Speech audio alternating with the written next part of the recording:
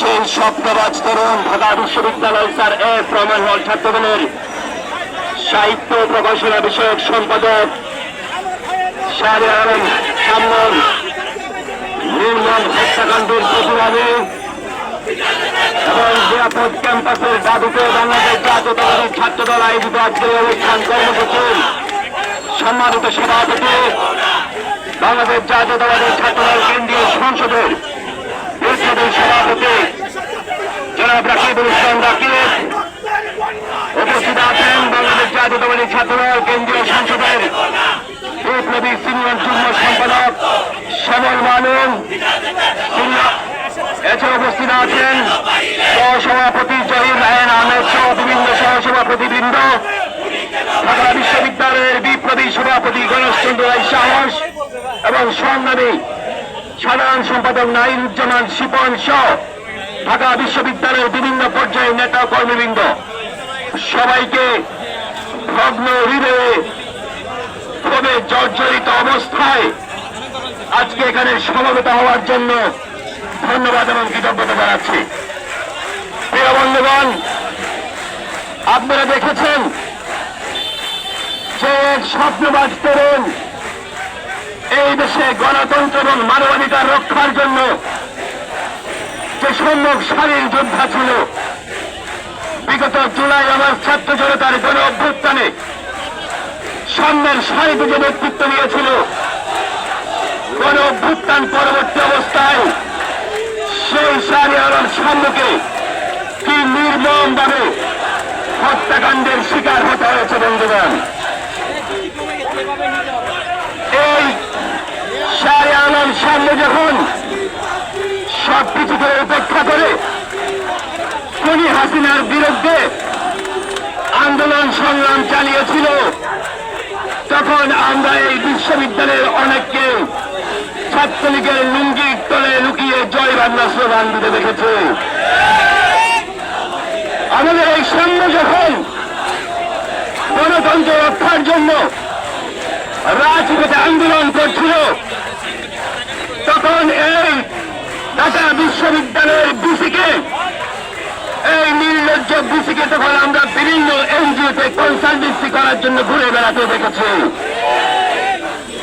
আমাদের এই সাম্য যখন জুলাই আগস্টের গণ অভ্যুত্থানে সামনের সারিতে নেতৃত্ব নিয়েছিল, তখন আমরা এই বিসিকে বোবা এবং গভীর অবস্থায় দেখেছি। আমাদের সামনে যখন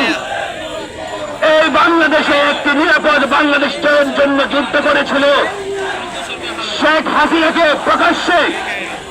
পুলিশ স্বৈরাচার বলেছিল বাংলাদেশ জাতীয়তাবাদী ছাত্রদল, সেই অবস্থায় আমরা এই নির্লজ্জ বিসির মুখে কোন শব্দ শুনি নাই বিগত 16 বছরে। প্রিয় বন্ধুগণ, এই ধরনের একটা সহযোদ্ধা, এই ধরনের একটা স্বপ্নবাজ তরুণ, যিনি বিগত জুলাই আগস্ট গণ অভ্যুত্থানে সক্রিয় ভূমিকা পালন করেছিলেন, এই তরুণকে এই তরুণ বিশ্ববিদ্যালয়ের সমস্ত শিক্ষার্থীবৃন্দ, বিশ্ববিদ্যালয় প্রশাসনের কাছে আমানত স্বরূপ, কিন্তু সাম্য হত্যাকাণ্ডের মধ্যে প্রমাণিত হয়েছে এই বিশ্ববিদ্যালয় প্রশাসন সেই আমানতের সম্পূর্ণ খেয়ানত করেছে। বন্ধুগণ, তাই আমরা সুস্পষ্টভাবে যাদের নির্লিপ্ততার কারণে, যাদের নীরবতার কারণে এই ঢাকা বিশ্ববিদ্যালয় অনিরাপদ অবস্থায় পরিণত হয়েছে, এই ঢাকা বিশ্ববিদ্যালয়ে বিগত 9 মাসে দুইটি খুন হয়েছে, আমরা সেই প্রশাসনের অবিলম্বে পদত্যাগ দাবি করছি। এই 36 পৃষ্ঠার বিসিকে 36 জুলাইয়ে একটা দিনও দেখা যায়নি। বন্ধুগণ, আমরা এই 36 পৃষ্ঠার বিসি নানা ধরনের একাডেমিক জ্ঞান গরিমায় পরিপূর্ণ থাকলেও আমার মনে হয় তার মধ্যে কোন ধরনের বিবেক বোধ নেই। সবচেয়ে বড় দিক হচ্ছে নিজের বিবেকের ধারণা। আমরা এই বিসিকে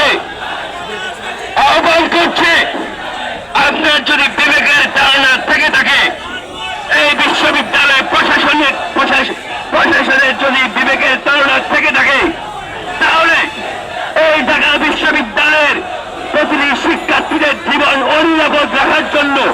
বিবেকের তাড়নায় আপনাদের প্রত্যেকের পদত্যাগ করা উচিত। প্রিয় বন্ধুগণ,